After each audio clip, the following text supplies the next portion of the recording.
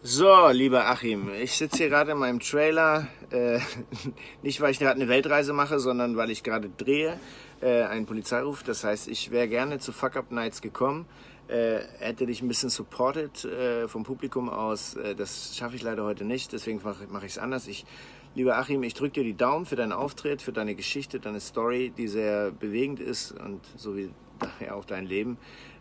Ich drücke dir ganz doll die Daumen, dass du weiter so machst, dass du durchhältst und alles Liebe und Gute.